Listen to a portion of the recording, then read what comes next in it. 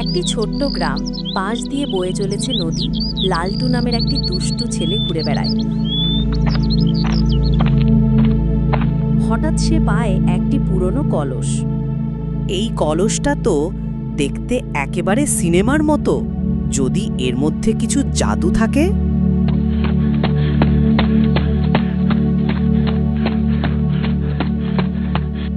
লালটু, আবার কি পেয়েছিস? কিছু ঝামেলা করিস না তো?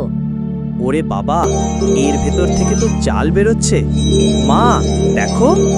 আরে লালটু, এটা তো সেই জাদুর কলস যেটা একবার খুললে কামেই না। তাহলে তো আর আমাদের খিদের কষ্ট নেই, চালেই চাল। তাই বলে পুরো গ্রাম ভর্তি করে ফেলবি নাকি? চল, সবাই মিলে চাল দিয়ে পায়েস রান্না করি। শেষে পুরো গ্রাম জাদুর কলসের চালে ভরে যায়। সবাই মিলে খায়, হাসে আর আনন্দ করে।